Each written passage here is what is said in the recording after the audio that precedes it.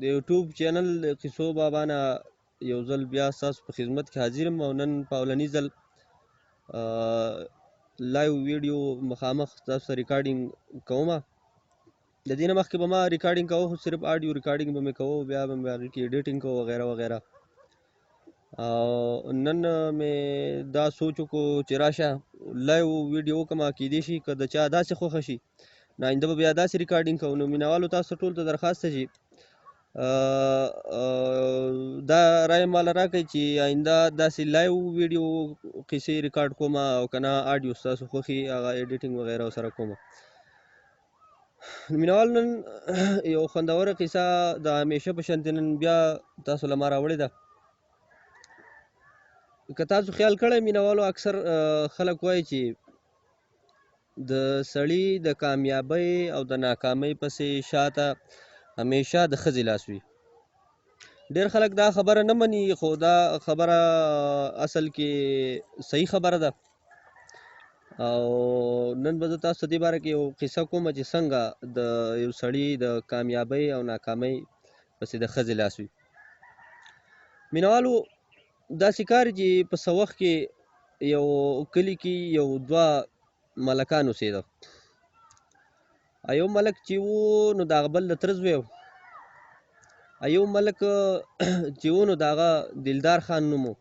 یو یې زوی و، یو یې ښځه وه، او ډېر غټ کاروبار یې و، ډېر غټ ځمکې او جایدادونه یې و، او ډېر تعلقات یې و، ډېر یاران دوستان یې و، ډېر مشهور سړی و، ډېر زبردست سړی و. او بل خوا د ده کوم د تره هغه زوی چې و نو د هغه کاروبار هم داسې څه خاص نه و، او نه به ورسره د چا داسې څه خاص تعلق و، نه یې له چا څه عزت وغیره کوو. د دغې وجې به دغه د تره دا زوی ملک به د دلدار خان نه ډېر به سوځېده، هم به ورته ډېر کړېده چې ولې د ده دا دومره کاروبار دی یا د ده دومره مال دولت دی او د ده دا دومره قدر خلک ولې کوي. ډېر سوچونه او فکرونه یې وکړه، خو څه جوړې پرې رانغی چې دا خان را لاندې کړي. مینهوالو د خدای کارونه وګورئ چې دا دلدار خان او سرۍ ښځه چېرته ښار ته په څه کار تلي وو، واپسۍ کې په راتلو کې د دوی د ګاډي اکسیډنټ وشو، حادثه راغله. نو په اکسیډنټ کې دغه خان دلدار خان او دا ښځه یې دواړه مړه شو. زوی یوازې پاتې شو چې نوم یې ګلزار خان و. ګلزار خان د مور او د پلار د غم د وتو نه بعد ځان راټینګ کو، ځوان هلک و، تکړه و، هم د پلار په شانتې بلکې د پلار نه سیوا یار دوست و، تعلقات یې هم سیوا و او هوښیار هم و. نو هغه شان خپل کاروبار یې راټینګ کړو، خپل د پلار یار دوست او خپل یاران دوستان هغه یې راټینګ کړه، خپل زمینداري او جایدادونه هغه یې راټینګ کړه او ځان یې بیا په ځای کړو. دې خوا د ګلزار د تره دا خیال و چې دا دلدار خان او ښځه یې مړه شو، نو دا زوی به اوس در په در شي او دا جایداد او وغیره او دا هر څه به موږ ته پاتې شي. خو هلته داسې ونه شوه. ټول په کور کې ناست وو، دغه تره ورسره درې زامن وو، لور یې یو طرف ته لګیا وه پخلی کوو، مور یې هم ناسته وه. دې وروڼو یې ویل، یو چا ویل چې دا هلک به مړ کړو، چا ویل چې وبه یې تښتوو، چا څه ویل چا څه ویل. پلار یې په سوچ کې ناست و. په دې کې دا غړې لور اواز وکړو چې داجي که ستا خوښه چې زه راته هم یو خبره وکړم. مشر ورور ورته قار شو چې ځه ته جنۍ ذاتې ستا په دې خبرو کې څه کار دی، دا خو زمونږ کارونه دي، ته په دې خبرو کې کار مه ساته. پلار هغه مشر زوی ته غوسه شو چې غلی کښېنه، ستاسو نه کېدی د وسه به شوې وه. ها زویه وی ته څه وې؟ هغې ورته وویل چې داجي که ستا خوښه وي نو د دې ګلزار خان د بربادولو ماله ښه چل راځي، که ته وې نو چې زه تا ته خپل منصوبه درته ویم. پلار ورته ووایي چې ځه ته ووایه څنګه کول غواړې. لور یې ورته وویل چې داجي که ستا خوښه وي نو ما ګلزار خان له ورکوي، واده مې کوي ورته، او بیا بقایا نور زما کار دی. په دې خبره هغه وروڼه یې حیران پاتې شو او غوسه هم شو چې دا موږ د هغه د تباهۍ او د بربادۍ سوچ کوو او ته ویل چې ما ورته واده کوي، ما وله ورکوي. خو ولې پلار یې د لور په منصوبه باندې رسېدلی و. پلار یې ورته وویل چې ټیک ده، زه ګورم زه څه خبره ورسره کومه.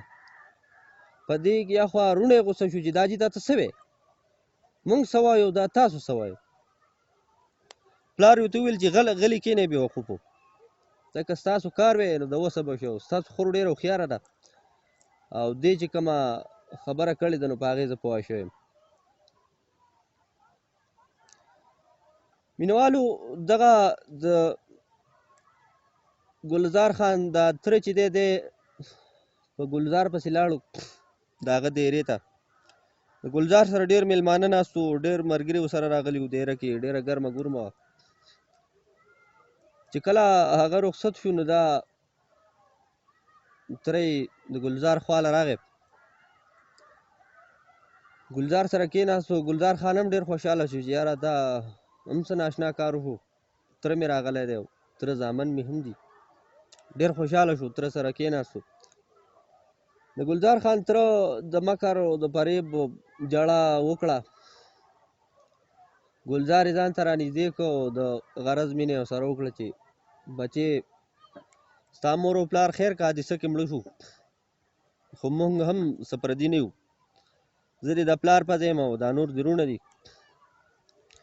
ګلزار حیران هم شو، خوشحاله هم شو چې یاره ته نن نه مخکې خو تره موږ له داسې مینه نه وه راکړې او نه دومره نږدې و موږ ته تګ راتګ، خو ځه دا خو ډېر ښه خبره وشوه چې دا دومره مینه یې راکړه. خبرو اترو کې د ګلزار خان تره آخر د غرض خبره را پرېښوده چې ګلزاره خبره مې خولې له نه راځي، خو خبره د کور ده او زه د باندې خفه کېږم او ځوان هلک او مور پلار د مرګ نه یې یوازې او دوست میلمه دې ډېر دی او کاروبار دې ډېر دی او بوج د باندې هم ډېر دی او تا ته ښه پته ده چې ستا د تره لور یعنې زما لور په کور کې شته او زه دا غواړم چې هغه تا ته واده کړم. ګلزار چې دا خبره واورېده نو حیران پاتې شو چې دا څنګه خبره ده. یو طرف ته سوچ کوي چې دا به څنګه کېدی شي چې اوس زما د مور پلار مرګ وشو، لږ وخت کېږي او زه به اوس واده کوم، او بل په زړه کې ډېر شکونه و، خو بل طرف ته دې غیرت واخیسته چې آیا زما دې تره دونه غیرت وکړو او دومره نرتوب یې وکړو چې د خپل ځان یې ما ته د لور وینا وکړه، نو زه به اوس دومره بې غیرته یم چې هغه ته به ویم چې نه ستا د لور سره واده نه کوم. مینهوالو اخر دا چې ګلزار خان واده ته رضا شو او د پلار د تره د زوی لور یعنې د هغه د ناسکه تره لور ګلورین هغه ته راواده شوه. مینهوالو د ګلزار د واده چې څه لږ وخت وشو نو د ګلورینې خوی بدل شو. اول کې چې څنګه ښه خوی و هغسې خوی ورو ورو غیبېده او ورو ورو د هغې بل اړخ راښکاره کېده. هر کله چې به ګلزار د ښاره ستړی راغی یا د کاروبار نه به ستړی راغی، هغې ته به یې څه وینا وکړه د کار یا څه خدمت وغیره، نو هغې به ورته ډېر بد رد وویل او ورته به ویل چې ځان له کوه. ګلزار خان حیران شو چې خدای پاکه ښځه څه چل وشو. د دې سره مینهوالو هر کله چې به د ګلزار خان دیره کې به څوک میلمه ناست و، ګلزار خان که به راغی کور ته د روټۍ د چي وینا به یې وکړه نو هغې به په کور کې شور جوړ کړو او لانجه به یې جوړه کړه، غویمه به یې جوړه کړه نو په دیره کې چې به څوک ناست وو میلمه به یا د ګلزار خان ملګري به هغو چې به دا شور واورېده نو هغو به یو بل ته وکاته او غلي غوندې به د هغه ځای نه وکشېده. مینهوالو د ښځې د دې خوی د لاسه د ګلزار خان زړه مړ شو. نه به یې کار ته ډډې لګېدې، نه به یې روزګار ته ډډې لګېدې. د دې وجې دا کاروبار یې خراب شو. کوم ښه کاروبار چې وای هغه رو پر رو کته راغی. د هغه د پټي زمینداره وغیره وغیره هغه ټول د کاره ووته، هر څه شړ شو. او حد تر دې مینهوالو چې د هغه حجرې دیرې ته چې به د هغه کوم یار دوست راتله او کوم ملګري چې وو نو هغو ټولو خلکو ته پته ولګېده چې د ده ښځه بدزبانه ده او بې ادبه ده. د دې د وجې به څوک د هغه دیرې ته راتله هم نه. د هغه حجره هم شړه شوه. مینهوالو یو ورځ داسې کار وشو چې ګلورینه خپل کور ته راغلې وه. پلار سره ناسته وه، اروڼه یې هم راټول شوي، ټول راټول شوي وو. نو پلار ورته وویل چې تاسو ته به ما ویل نه چې دا ستاسو کار نه دی. تاسو نن ولیده چې ګلورینې د ګلزار سره څه وکړه. کار روزګار نه یې خلاص کړو، د کاروبار نه یې خلاص کړو، چڼو ته یې کېنه. مینهوالو هم د دغه ځای نه د ګلورینې په اړه کې یو ټاک ولګېده. ضمیر یې څه ملامته غوندې کې شو، خو خبره یې ښکاره نه کړه. پلار ورته وویل چې ګلورینې بچې سړی خو دې هسې هم د هر څه نه خلاص کړی دی، خو داسې کار وکړه چې په څه طریقه اوس د هغه نه د جایداد په کاغذونو باندې ګوته ولګوه چې قیصه ختمه شي. لور ورته وویل چې ټیک د بابا زه څه طریقه جوړومه. ګلورینه چې کور ته راله په سباله ګلزار خان کور کې ناست دی، خپه ناست دی او ډېر بې سوره دی. په دې کې د بهر چا دروازه وټکوله. ګلزار حیران شو چې خدای پاکه زما خو د کور او د حجرې دروازه ډېر وخت چا نه ده ټکولې، دا څوک راغله. ګلزار خان چې دروازې ته ورښکاره شو نو چېرته څوک میلمه راغلی او هغه تپوس وکړو چې صاحبه دا د ملک صاحب کور دی. ګلزار ته تپوس وکړو چې کوم ملک؟ هغه ورته وویل چې د دلدار خان زوی به دلته اوسېده او ګلزار خان نوم یې و، خو اوس یې ما ته کور نه دی معلومه او زه چا رالېږلی یم ډېر د لرې نه، د هغه سره مې څه کار دی. مینهوالو ګلزار خان د ښځې یعنې د ګلورینې د لاسه ډېر ګډ وډ او ډېره بېعزتي او هر څه یې خراب شوي وو. اپړه کې دا سوچ وکړو چې دا یو میلمه پاتې دی او لا په دې یو ځای کې زما څوک تپوس کوي لا نوم مې شته، او که دا مې هم حجرې ته راوستو او دا هم ښځې دغسې بې عزته کړو خو هر څه به ختم شي. مینهوالو هغه ګلزار خان هغه سړي ته ووایي چې ملګریه خفه کېږه مه، خو ملک صاحب خو مړ دی.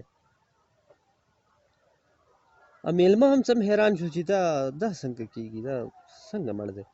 ګلزار ورته ووایي چې خفه کېږه مه میلمه، خو ملک صاحب خو ډېر وخت مخکې مړ دی، هغه اوس دلته نشتی. مینهوالو دننه ګلورینه نږدې ولاړه وه، هغې دا خبرې اورېدې، خو چې دا خبره یې واورېده نو زړه یې راټول شو، زړه له یې خفګان ورغی چې خدای پاکه دا ما څه چل وکړو. خپل خاوند او خپل د سر څادر مې د عزت نه خلاص کړو، د کاروبار نه مې خلاص کړو، او په کلي ولس کې مې وشرمو. هغه هم د یو داسې خبرې دپاره چې لکه عزت هغه له خدای ورکړی او زما رونو زما پلار له خدای عزت نه دی ورکړی، هغو کې کمی دی د دې خبرې دپاره. مینهوالو ګلورینه په ضمیر راوچت شو، هغه په اړه کې ډېره پښیمانه شوه، ډېره خفه شوه. ګلزار چې څنګه کور ته دننه راغی نو ګلورینه پسې ورغله چې ملک صاحب لاړ شه میلمه دې راوګرځه. ګلزار صاحب اول ښځې ته وکتل او بیا ورته په تریو تندي وي دا څه ضرورت نشته بس پرې دوا هغه لاړ. ګلورینې ګلزار در د لاس نه ونیو چې ملک صاحب خفه کېږه مه، ملک صاحب ما وجلی و ما مړ کړی، خو دا ملک صاحب اوس زه را ژوندی کومه او ته ورشه مېلمه دې راوګرځوه. مینهوالو ګلزار خان په دې خبره ډېر حیران پاتې شو چې دا ګلورینه څنګه خبرې کوي. تپوس یې ترې وکړو چې ښځې دا ته څه ناشنا خبرې کوې، دا خو نور کله تا داسې خبرې نه وې کړې. ګلورینې ورته ووایي چې خاونده خبرې ډېرې پرېږده خو مېلمه به درنه لاړ شي او تا له شا به مېلمه دې را رخصت کړه چې زه وله چې ډوډۍ غم کړم. مینهوالو ملک صاحب هریانو په شش و پنج کې بهر لاړ او مېلمه یې راوګرځاو. ګلورینې یعنې د هغه ښځې ډېر ښه خوراکونه او ډېر څښاکونه هر څه تیار کړه. د مېلمه ډېر قدر عزت وشو، مېلمه ډېر زیات خوشحاله او ډېر په طبیعت کې د ملک نه رخصت شو. کله چې مېلمه رخصت شو نو ګلزار خان کور ته راغی. ښځې ته یې ویل چې شابه ښځې اوس راته قصه کوه، دا دې نن څه کارنامه وکړه، زه خو ستا په دې رنګ د سره پوه نه شوم. ګلورینې ورته وویل چې ملک صاحب د ټولو ناول خو زه ستا نه معافي غواړم او بیا درته دا قصه کومه چې دا څه چې ستا سره وشو، هر څه چې وشو دا ما د روڼو د پلار په سلاو په خپله دا ستا سره کړي وو.